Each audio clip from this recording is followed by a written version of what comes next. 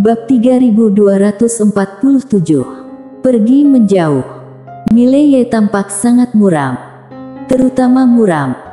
Orang tua itu memperhatikan dengan cermat Mileye dan terkejut. Aku sudah menguping tentangmu sejak dulu.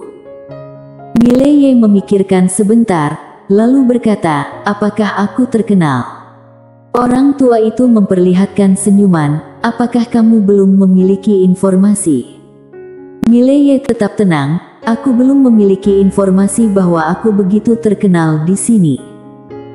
Orang tua itu sedikit memperlihatkan senyuman, kamu pasti tahu pemilik pena kebenaran agung, bukan?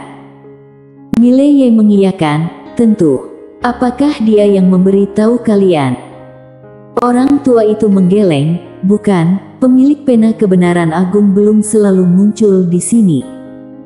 Mileye bingung, lalu orang tua itu memperlihatkan senyuman, kami mendengar dari orang-orang sekte Taoisme.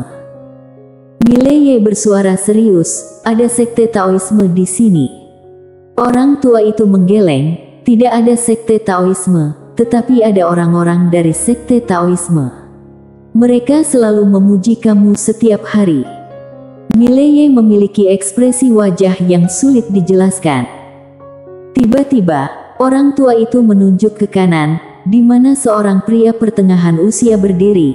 Dia adalah orang dari sekte Taoisme. Mileye berbalik untuk melihat, pria pertengahan usia itu mengenakan jubah Tao dan saat melihat Mileye, dia memperlihatkan senyuman sedikit. Ternyata Tuan Muda Ye, aku minta maaf jika aku kurang hormat. Mileye bertanya, apakah kamu dari sekte Taoisme? Pria pertengahan usia itu mengiyakan, aku adit dari sekte Taoisme, melaksanakan kewajiban atas ruang waktu siklus. Mileye mengerutkan kening, ruang waktu siklus. Pria pertengahan usia itu mengiyakan, itu adalah ruang waktu di dalam dunia kembali. Mileye tercengang sebentar, lalu berkata, dunia kembali. Apakah kita pernah bertemu sebelumnya? Adit memperlihatkan senyuman sambil menggeleng, kami memang pernah bertemu Tuan Muda Ye, tetapi aku belum muncul saat itu. Mileye berbicara dengan serius, apakah kamu pernah melihat adik perempuanku? Adit mengiyakan, wanita berjubah polos itu. Ketika itu disebutkan, dia mendadak menjadi agak gugup. Pada awalnya, saat Mileye berada di dunia kembali, wanita berjubah polos itu muncul. Tidak hanya itu, pemilik pena kebenaran agung juga muncul. Pada saat itu, pemilik pena kebenaran agung ragu-ragu. Mileye memandang Adit, apakah kamu yang merusak reputasiku di sini? Adit memperlihatkan senyuman pahit, Tuan Muda Ye, jangan salah paham. Aku belum merusak reputasimu, aku hanya berbicara sedikit tentang Tuan Muda Ye kepada mereka. Aku tidak mengira Tuan Muda Ye akan datang begitu cepat ke sini. Mileye tidak berkata apa-apa. Hanya beberapa kata saja, aku tidak percaya pada omong kosongmu. Pada saat itu, dari kejauhan, penguasa tanpa batas telah mencapai tengah jalan hidup dan mati. Kali ini, di atas kepala penguasa tanpa batas muncul awan berwarna-warni, aliran udara berwarna-warni mengalir keluar dari awan tersebut, akhirnya memasuki tubuh penguasa tanpa batas. Di samping Mileye, orang tua itu kagum, ini adalah energi awal yang luar biasa, seperti dalam legenda. Mileye memandang orang tua itu, dan orang tua itu menjelaskan, energi awal yang luar biasa adalah barang terbaik di antara energi awal. Sehelai kecil cukup untuk mengubah konstitusi seseorang yang biasa, membuatnya menjadi jenius luar biasa. Mileye melihat ke arah energi awal yang luar biasa itu, tidak bisa tidak mengakui, bahkan jika dipisahkan oleh jarak yang begitu jauh, dia masih bisa merasakan ketakutan dari energi awal yang luar biasa ini. Energi ini sangat murni. Mileye mendadak bertanya, apakah jalur hidup mati ini diciptakan oleh pemilik pena kebenaran agung? Orang tua itu mengiyakan, ya. Mileye berkata, jadi, apakah energi awal ini juga hasil ciptanya? Orang tua itu mengiyakan sedikit, ya. Mileye berbicara dengan lembut, ternyata dia memiliki begitu banyak barang bagus. Seharusnya aku minta dia memberikan sedikit kepadaku pada waktu itu. Orang tua itu ragu sebentar, lalu berkata, apakah pemilik pena kebenaran agung mudah diajak bicara? Mileye mengiyakan, cukup mudah diajak bicara. Orang tua itu terdiam. Pada saat itu, penguasa tanpa batas melanjutkan langkahnya ke tengah jalan hidup dan mati. Kali ini, kekuatan penguasa tanpa batas jauh lebih kuat daripada sebelumnya, tetapi dengan cepat, kekuatan itu lenyap. Orang tua itu melihat penguasa tanpa batas dan memuji, dia benar-benar seorang yang tangguh. Mileye mengiyakan, meskipun bukan selalu sejalan dengan penguasa tanpa batas, tetapi harus diakui bahwa orang ini memang memiliki keahlian. Di sampingnya, Putri Kara mendadak berkata dengan pelan, apakah ini adalah ujung dari alam semesta ini? Orang tua itu mengiyakan, bisa dikatakan begitu. Mileye mendadak berkata, bukankah ada alam semesta paralel? Orang tua itu melirik Mileye, kami ada yang berasal dari alam semesta paralel.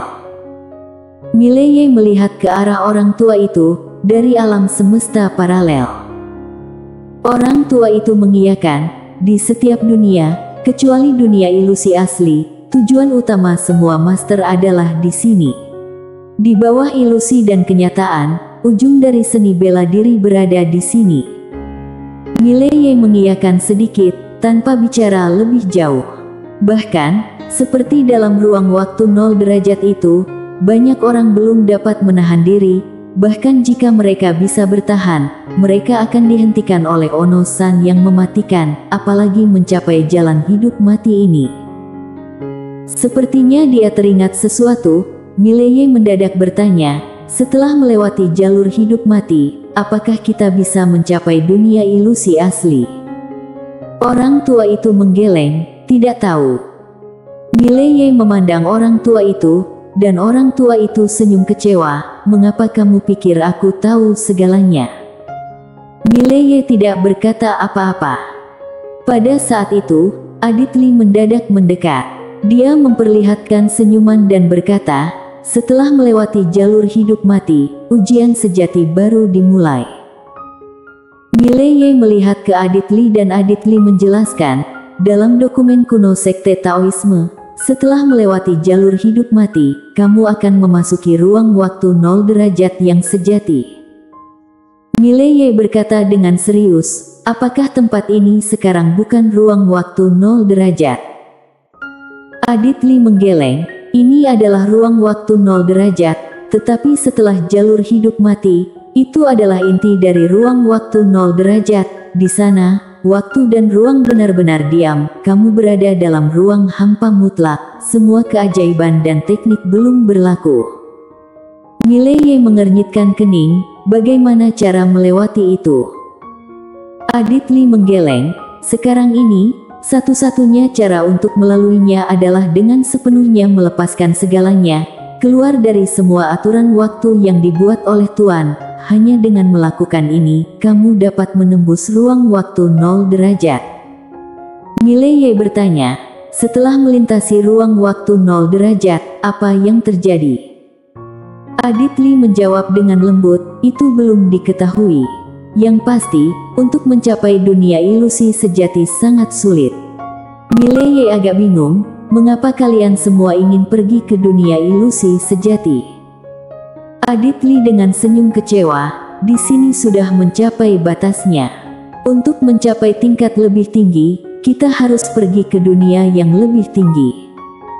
Orang tua di samping Mileye juga mengiyakan, benar. Satu-satunya tujuan dalam hidup ini adalah pergi ke dunia ilusi sejati. Jika belum dapat mengunjungi dunia ilusi yang disebutkan dalam legenda, itu akan sangat disayangkan.